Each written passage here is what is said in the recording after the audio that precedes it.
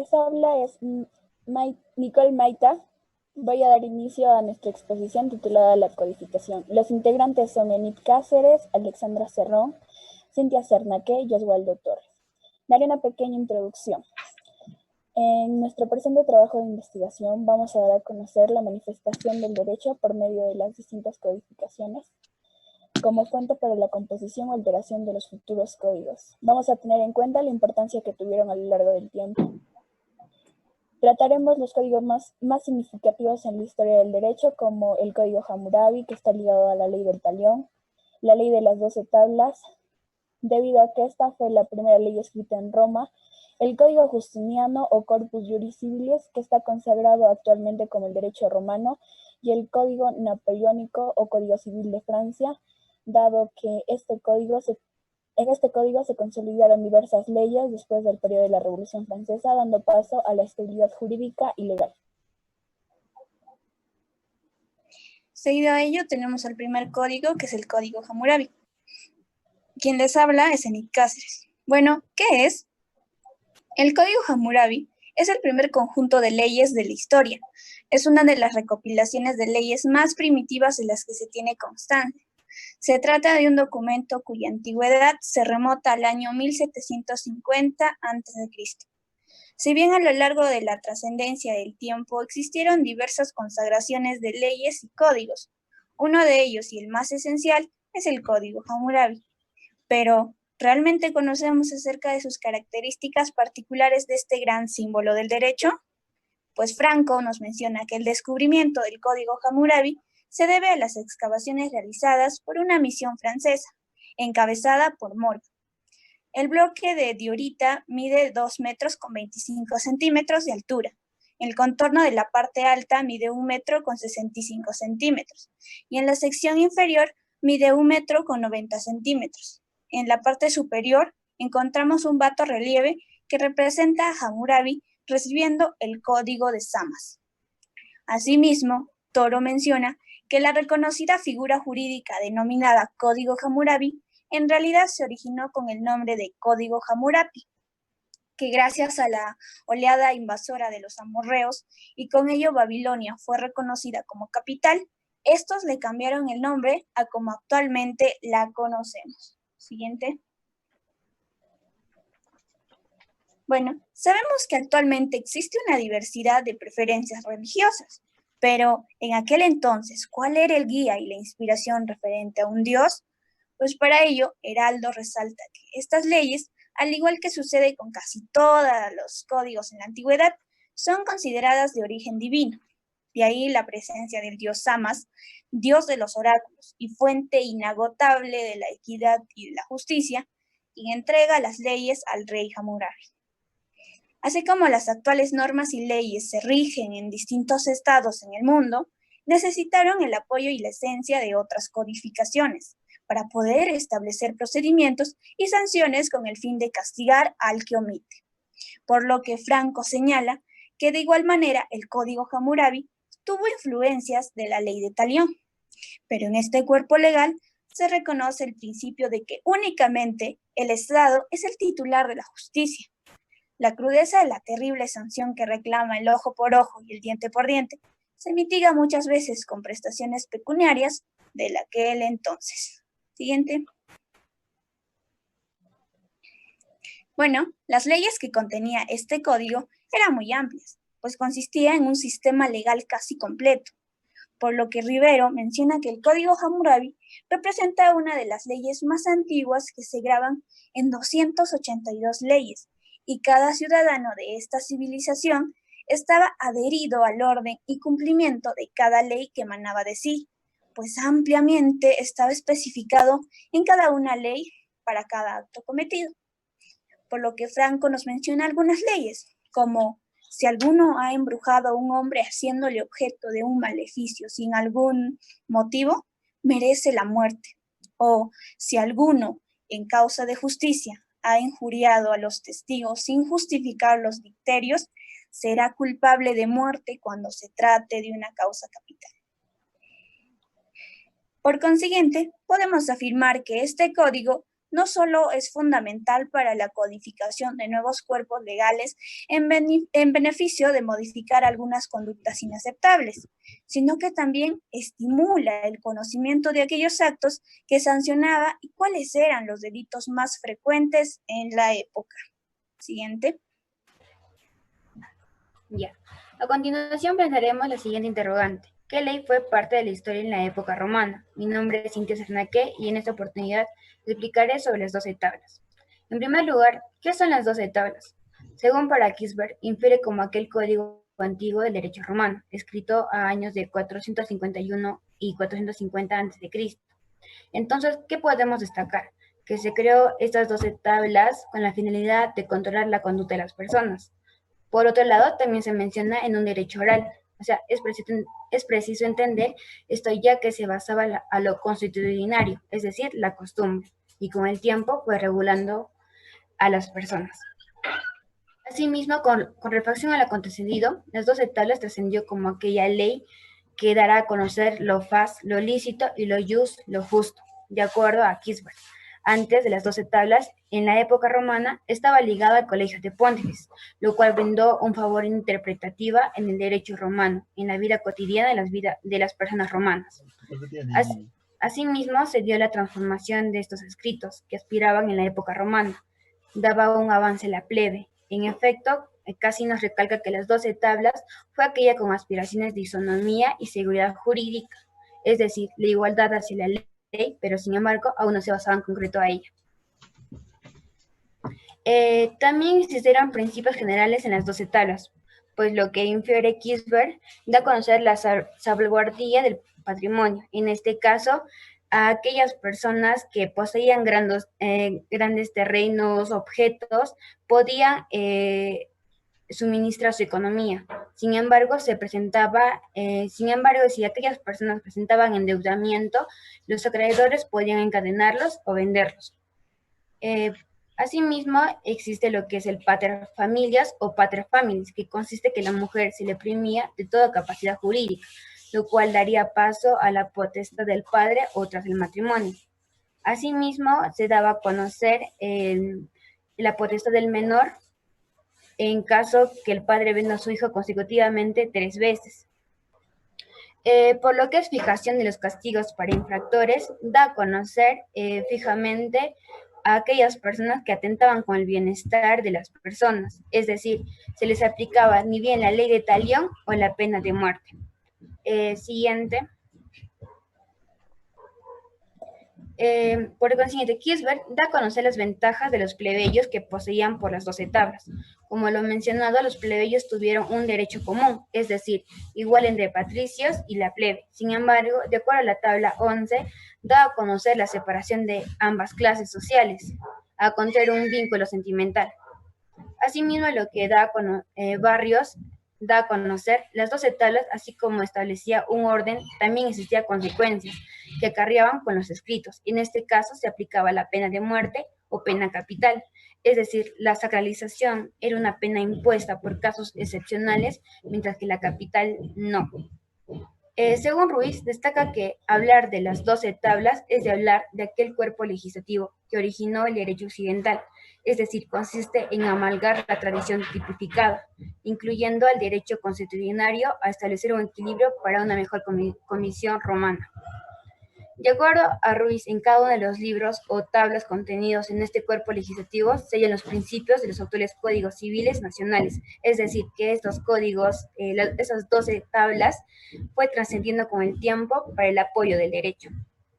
Siguiente.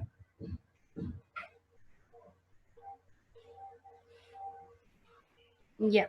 De acuerdo a Samaniego, da a identificar la estructura de las 12 tablas.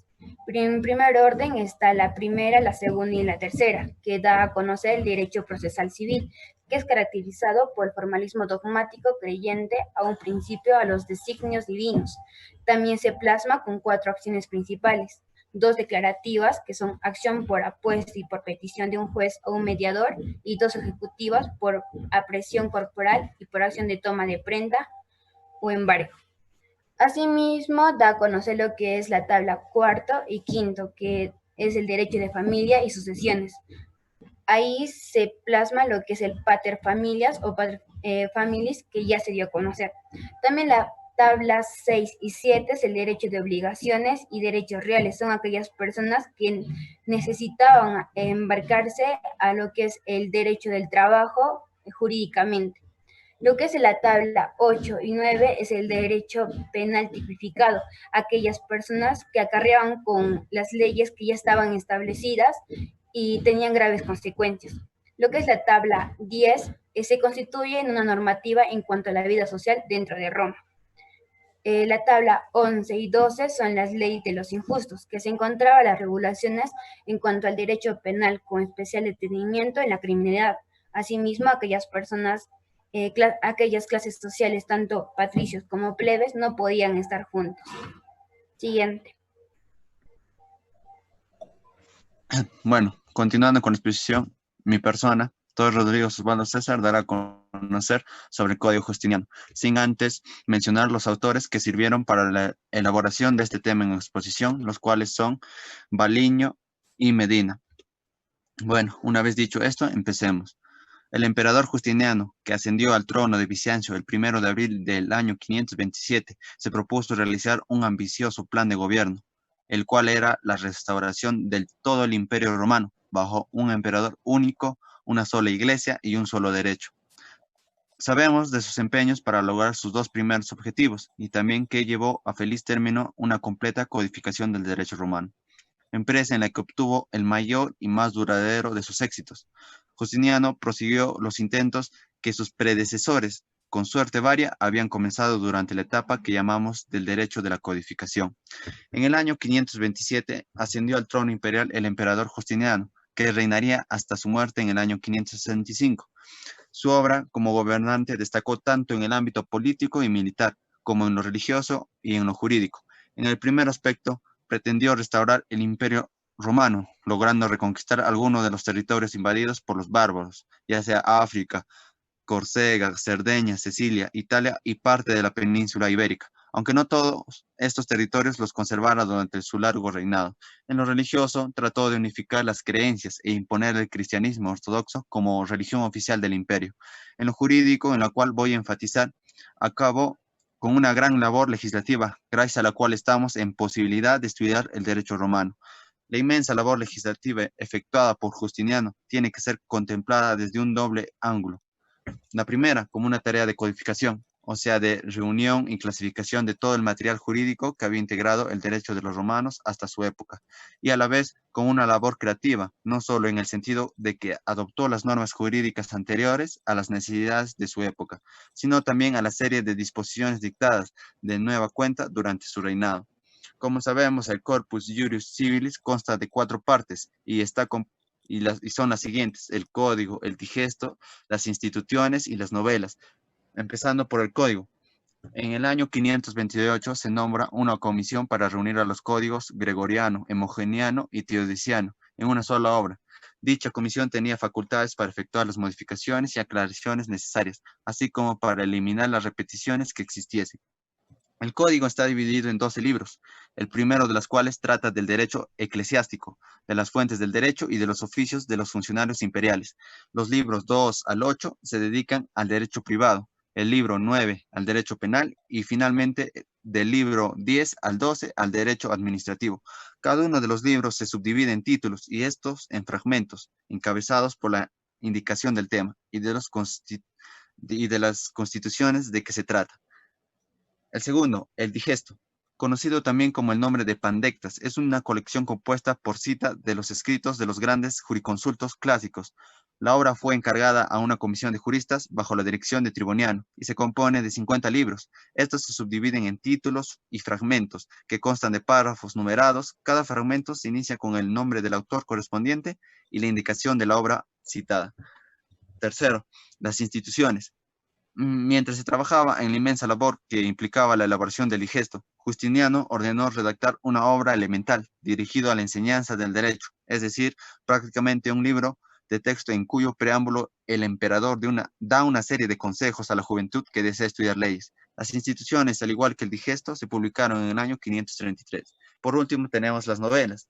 Después de la publicación definitiva del Código en el año 534, las constituciones imperiales que se fueron publicando conformaron una obra denominada novelas. Estas constituciones imperiales son bastante numerosas, sobre todo hasta el año 545, fecha en que muere Triboniano. Con la muerte de Justiniano en el año 565 termina lo que se conoce como la primera vida del derecho romano, vale decir la etapa de su creación, iniciada con la fundación de la ciudad de Roma en el año 753 a.C. Siguiente.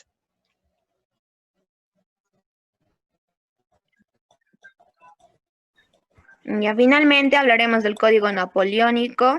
Ahora quien les habla es Alexandra Cerrón y les diré algunos precedentes y antecedentes antes de hablar del mismo contenido en sí del código. Como ya se expuso, un código precedente es el Código Justiniano, donde Napoleón Bonaparte se basó bastante en la concepción de justicia de este código y lo plasmó en su Código Napoleónico con ciertas modificaciones claramente. Yéndonos ya al código en sí, fue promulgada en 1804, sin embargo, existió una géminis externa, según el autor Ramos. Esta géminis externa era un impulso ideológico y político del código, y además este fue dado por el mismo cónsul Napoleón y 4 miembros, los cuales eran jueces y abogados. Yo debemos recordar para empezar que se defendía los ideales de la Revolución Francesa. Estos ideales eran defendidos, pues debemos recordar que se dio en un contexto liberal y Napoleón Bonaparte defendía bastante estos ideales de la Revolución Francesa y lo plasmó en su código. En un aporte ya legislativo tenemos la intervención internacional y celebración de congresos como mediación de potencias y su fin era el equilibrio, así dándose un avance a la legislación y la paz, según el autor Tavares. Luego se estableció los derechos y libertades fundamentales, este ya es un aporte social, pues deben recordar que en su código se defendía bastante estas libertades y derechos, lo cual hasta hoy en día se ve reflejado y contribuyó bastante a la Declaración de Derechos Humanos, como la libertad jurídica, la libertad individual, la libertad de conciencia, la libertad de trabajo. Esto también según el autor Tavares. Y lo más esencial, gracias a esta declaración, a esta defensa de derechos y libertades, se dio la abolición del antiguo régimen, pues ya era un sistema obsoleto en el viejo continente, es decir, en el continente europeo. Ante ello, Napoleón Bonaparte, reflejado en la Revolución Francesa, que también intentó abolir este antiguo régimen, lo hizo finalmente de manera legal en su código, dando paso a una nueva nación. Finalmente, en materia mercantil, Napoleón Bonaparte propuso la estabilidad de propiedad inmobiliaria, lo cual era complementada por el principio de comercio sobre atender al tráfico de mobiliario. También esto según el autor Salvador. Siguiente. Como todo en la historia, tiene puntos negativos y el Código Napoleónico no es la excepción. Para empezar, las contradicciones que existen dentro del mismo código en materia de sucesiones, para empezar, pues el código ya proponía una disposición de la ley en una división menos igualitaria, pues se discriminaba a los hijos naturales, los cuales no tenían el principio de testar gracias a la limitación de la disposición, contraviniendo a lo mencionado sobre la libertad y su defensa dentro del código, y la igualdad además de todo. Luego otro punto importante es la concepción de matrimonio y divorcios, donde se degrada claramente a la mujer. Si bien la concepción de matrimonio era ya institucional y no contractual y el divorcio era un remedio ya no un requisito de libertad, aún así se daba una degradación a la mujer, pues seguía dependiendo bastante del varón, y esto según el mismo autor Salvador. Lastimosamente, Napoleón ignoró a la mitad de la población. Finalmente, la expansión, donde ya se da un conformismo al cuerpo legislativo, al cuerpo normativo, pues ya este era considerado como una perfección jurídica, muchos lo consideraban así, y como sabemos había tenido una expansión masiva por el continente europeo y ciertas partes del continente americano. Por ello ya se daba una concepción de este código como perfecto y que no había otra ley que podría ser más perfecta que el título preliminar del Código Civil sobre la justicia. Sin embargo, debemos recordar que a lo largo de la historia se nos ha mostrado que la evolución siempre es buena y va a existir en concordancia con la realidad en la que nos encontramos. A pesar de ello, no podemos ignorar la importancia que tuvo este código dentro de la historia, pues el Código Civil francés en realidad fue la representación de una culminación y un paradigma de una nueva época, que es la época actual contemporánea y la época moderna, la cual además se expandió como requisito obligatorio en nuevos códigos civiles, y esa no fue la diferencia en nuestro código peruano, que explicaré a continuación. Siguiente.